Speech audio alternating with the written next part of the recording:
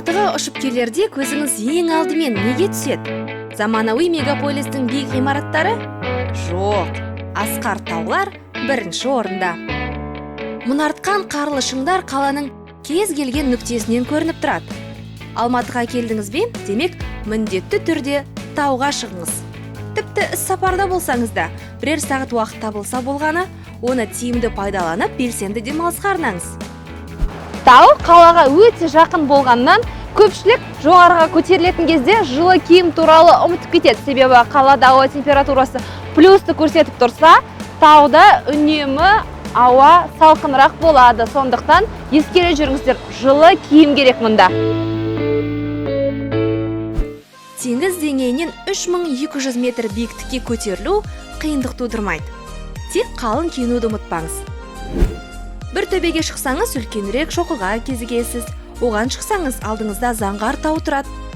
Көтерілген сайын тау да биіктей береді. Я, адамды осылай қызықтырады, бірақ қауіпсіздік жайын ұмытпаған жөн. Алматы тауларының көлемі мен сұлулығы тамсандырып, таңғалдырады. Осында келіп, аймақты аралап шығамын десеңіз, біраз уақыт керек екендігін ескере жүріңіз. Енді бәрін ретімен айтайын. Алматы тауларының көптігі соншалық, Іле Алатауының ең жақын шатқалының өзіне бару үшін көп уақыт керек. Шығу қиын шоқылар жайлы айтпай-ақ қояйын. Негізі мұнда жабайы Жоңғар Алатауы, Күнге Алатау, Кетмен жотасы, Шу Іле таулары да бар. Сіздерге қалаға жап-жақын жатқан Іле Алатауын көрсеткім келіп тұр. Етегінен қарағанда таудан асып өту мүмкін емес сияқты. Бағынбайтын, кейде тіпті қол жетпес болып көрінеді. Бірақ ол алдамшы көрініс.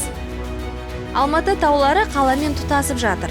Сондықтан жолдар жақсы, соқпағы айқын, мұнда өркениеттің ізі сайрап жатыр.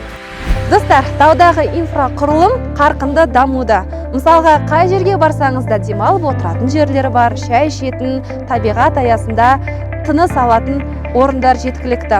Ал егерде тауға көтерілемін десеңіз, адаспайсыз, себебі барлық жерде мынандай жол сілтегіштер орнатылған. Егер тауды қолмен ұстап көргіңіз келсе, Кіші Алматы шатқалына барыңыз. Қыста таудың бауырайы сырғанақ тепкен, сноуборд, шаңғы арқалаған, шана жетелеген адамға толады. Ал жазда қар еріп, кене жоғалған кезде трекингтің қызығын қуған мыңдаған адам тауға өрмелейді.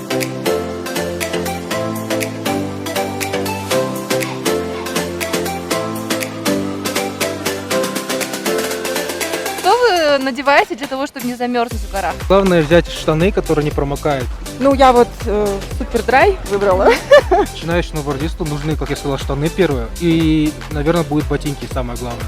Остальное можно будет в аренду взять и посмотреть, как там будет, нормально, ненормально. Ну, почувствовать сначала сноуборд. Как вы часто катаетесь на лыжах? Ну, минимум раз в неделю.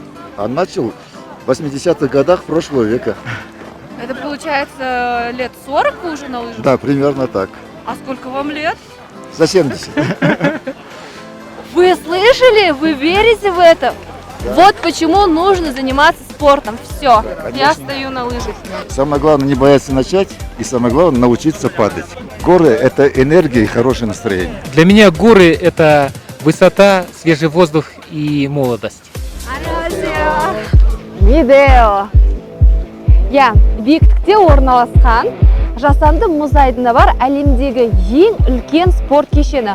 Ол Алматы қаласынан 18 километр қашықтықта орналасқан, теңіз деңгейінен биіктігі 1691 метр. Ендеше кеттік, конькидің қызығын көрейік. Ал медеу жайлы айтар болсақ, оның әлемдегі ең биік мұз айдыны екенін еске алған жөн. Бұл алматылықтардың да сүйікті демалыс орны. Қай кезде келсеңіз де мұнда адам аяғы үзілмейді.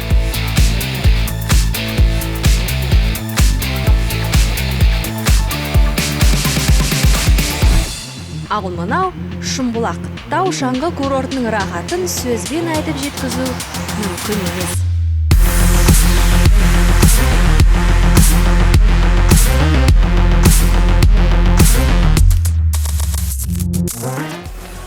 Достар, мына жақтың кереметтілігін сөзбен айтып жеткізу мүмкін емес. Жан жағыма қараңызшы, қаншама адам, қаншама қонақ әлемнің түкпір-түкпірінен келіп, Шымбұлақтың рахатын көруде. Мен де осы сезім үшін сіздермен бірге саяхаттаймын.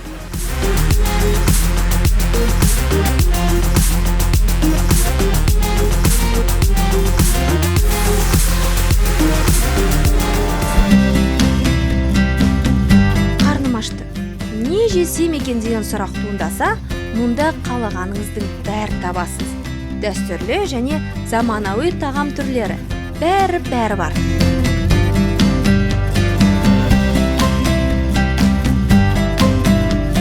Одан бөлек үлкен Алматы және өтпелі шатқалдары бар. Олардың әрқайсысы өз алдына бір ғажап дүние. Қалаға да жап жақын. Тау төбесіне шығамын десеңіз, алдымен сіздерді Қайыңды орман, Алмалы бақ күтіп алып, таудың қарлы шыңдарына шығарып салады. Жылдың қай мезгілінде келсеңіз де, табиғат сұлулығынан басыңыз айналып, демалыстан ләззат аласыз. Асқар таудың етегіндегі гүлденген қала көздің жауын алып баурайды. Кетпей жатып, тауларды сағынып үлгердім. Табиғаттың тылсым күшін сезінгенге не жетсін. 1827 метр биіктікте ыстық термалды бұлақ. Күшті ғой? Бүгінге айтарым осы, еліміздің өзге де көрікті жерлерімен танысамын десеңіз, лайк басып арнамызға жазылыңыз. Ал мен алдағы уақыттарда сіздерге тағы да қызықты видеоларды ұсынамын.